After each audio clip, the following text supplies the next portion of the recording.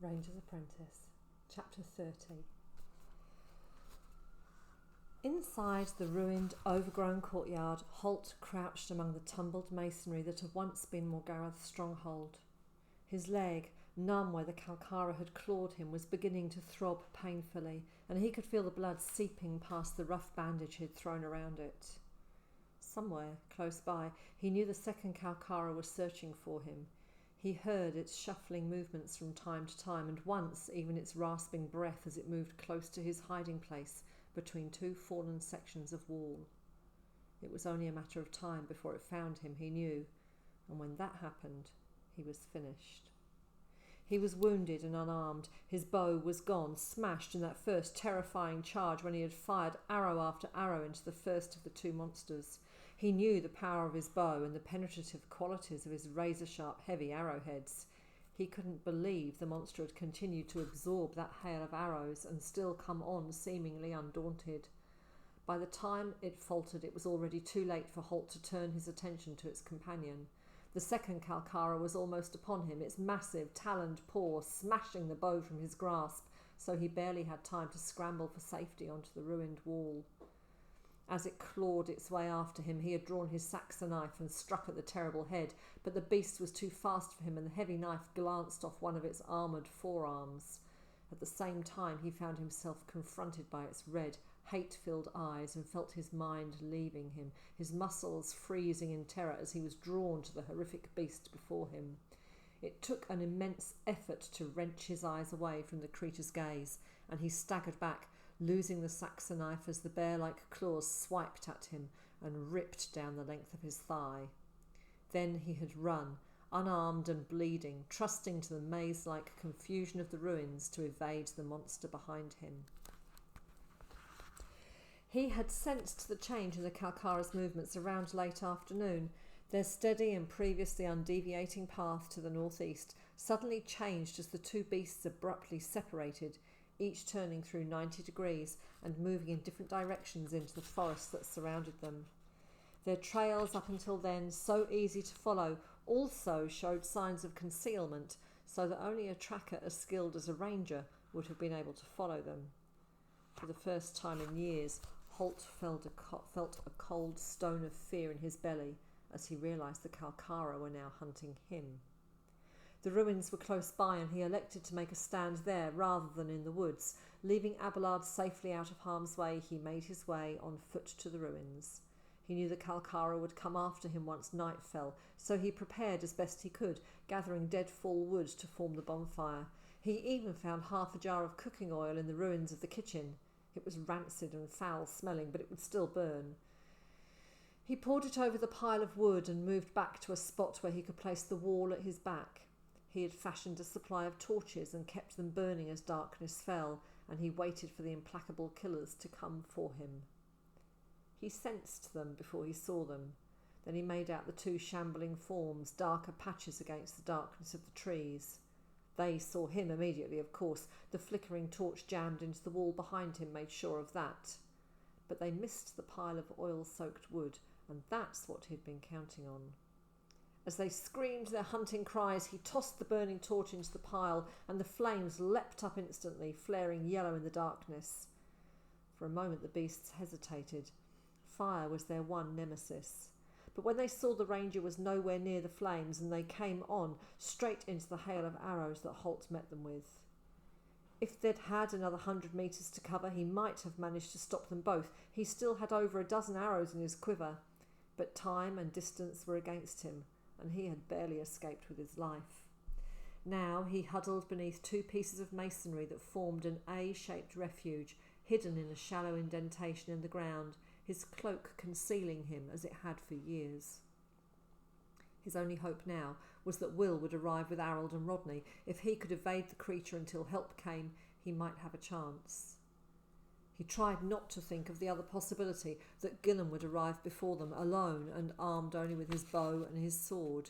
Now he'd seen the Kalkara close up, Halt knew that one man had little chance of standing against one. If Gilan arrived before the knights, he and Halt would both die here. The creature was quartering the old courtyard now like a hunting dog in search of game, adopting a methodical search pattern back and forth, examining every space, every cranny, every possible hiding place. This time he knew it would find him.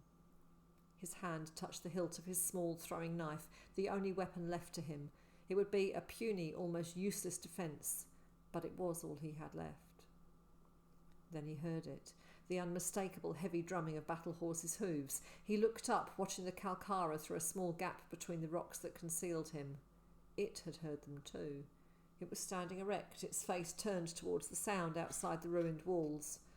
The horses stopped, and he heard the ringing scream of the mortally wounded Kalkara outside as it challenged these new enemies. The hoofbeats rose again, gaining speed and momentum. Then there was a scream and a gigantic red flash that towered for a moment into the sky. Dimly, Halt reasoned the first Kalkara must have been thrust into the fire. He began to inch back, wriggling out of his hiding place. Perhaps he could outflank the remaining Kalkara, moving to the side and scaling the wall before it noticed him. The chances seemed good. Its attention was drawn now to whatever was happening outside. But even as he had the thought, he realised it was no option. Though the Kalkara had apparently forgotten him for the moment, it was moving stealthily towards the tumbled masonry that formed a rough stairway to the top of the wall. In a few more minutes, it would be in position to drop on his unsuspecting friends on the other side, taking them by surprise. He had to stop it.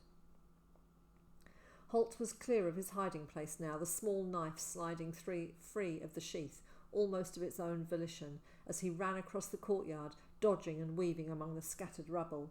The Kalkara heard him before he had gone half a dozen paces, and it turned back on him, terrifying in its silence, as it loped ape-like to cut him off before he could warn his friends. Halt stopped suddenly, stock still, eyes locked on the shambling figure coming at him. In another few metres, its hypnotic gaze would seize control of his mind. He felt the irresistible urge to look into those red eyes growing stronger. Then he closed his own eyes, his brow furrowed in fierce concentration, and brought his knife hand up, back, and forward in one smooth, instinctive memory throw, seeing the target moving in his mind's eye, mentally aligning the throw and the spin of the knife to the point in space where knife and target would arrive simultaneously. Only a ranger could have made that throw, and only one of a handful of them. It took the Kalkara in its right eye, and the beast screamed in pain and fury as it stopped to clutch at the sudden lance of agony that began in its eye and seared all the way to the pain sensors in its brain. Then Halt was running past it for the wall, scrambling up the rocks. Will saw him as a shadowy figure as he scrambled onto the top of the ruined wall, but shadowy or not, there was something unmistakable about it. "Halt!" he cried, pointing so the two knights saw him as well. All three of them saw the ranger pause, look back and hesitate, and then a huge shape began to appear a few metres behind him as the Kalkara, whose wound was painful but nowhere near mortal, came after him.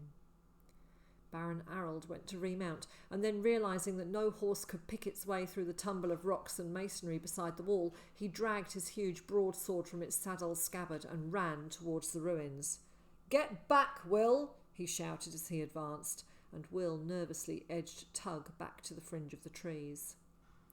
On the wall, Halt heard the shout and saw Arald running forward. Sir Rodney was close behind him, a huge battle-axe whirring in circles around his head. "Jump, Halt! Jump!" the Baron shouted, and Halt needed no further invitation. He leaped the 3 metres from the wall, rolling to break his fall as he landed. Then he was up on his feet, running awkwardly to meet the two knights as the wound in his leg reopened. Will watched, his heart in his mouth, as Halt ran towards the two knights. The Kalkara hesitated a moment, and then, screaming a blood-curdling challenge, it leapt after him. But whereas Halt had rolled to recover, the Kalkara simply transformed the 3-metre drop into a huge bounding leap, its unbelievably powerful rear legs driving it up and forward, covering the ground between it and Halt in that one movement. The massive arm swung, catching Halt a glancing blow, sending him rolling forward unconscious. But the beast had no time to finish him off, as Baron Arald stepped up to meet it, the broadsword humming in a deadly arc for its neck. The Kalkara was wickedly fast, and it ducked the killing blow, then slammed its talons into Arald's exposed back before he could recover from the stroke.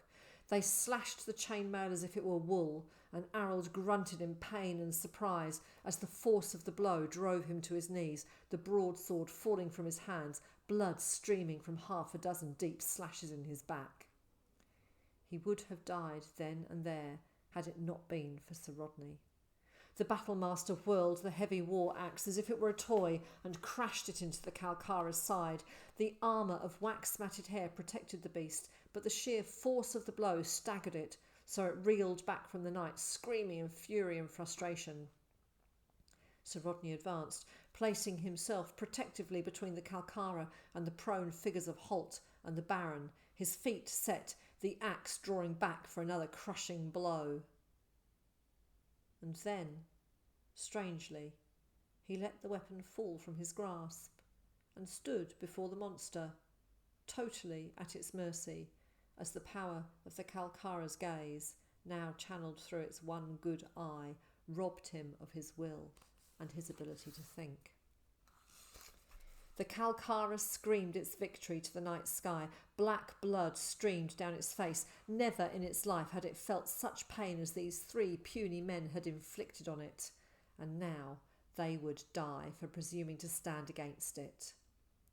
But the primitive intelligence that drove it wanted its moment of triumph, and it screamed again and again over the three helpless men. Will watched horrified.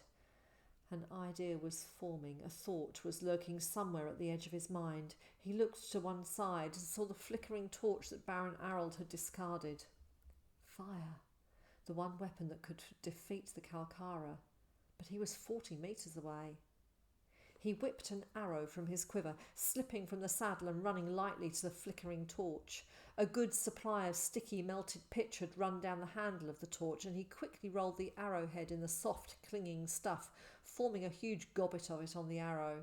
Then he placed it in the flame until it flared to life. 40 metres away, the huge evil creature was satisfying its need for triumph, its screams rolling and echoing through the night as it stood over the two bodies, Halt unconscious, Baron Arald in a daze of pain. Sir Rodney still stood, frozen in place, hands dangling helplessly by his side as he waited for his death. Now the Kalkara raised one massive taloned paw to strike him down, and all the knight could feel was the paralysing terror of its gaze.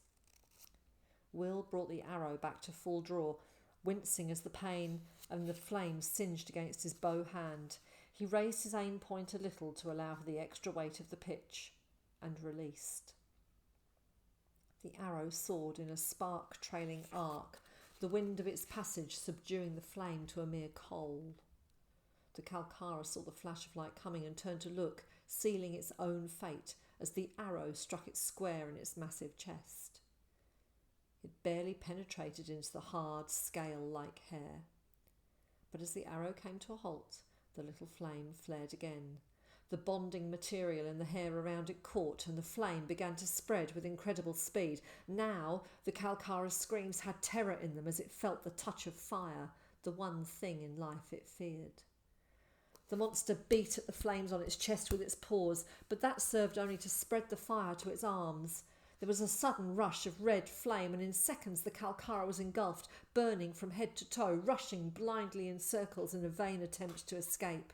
The screams were non-stop, piercing, reaching higher and higher into a scale of agony that the mind could barely comprehend as the rush of flames grew fiercer with each second. And then the screaming stopped, and the creature was dead.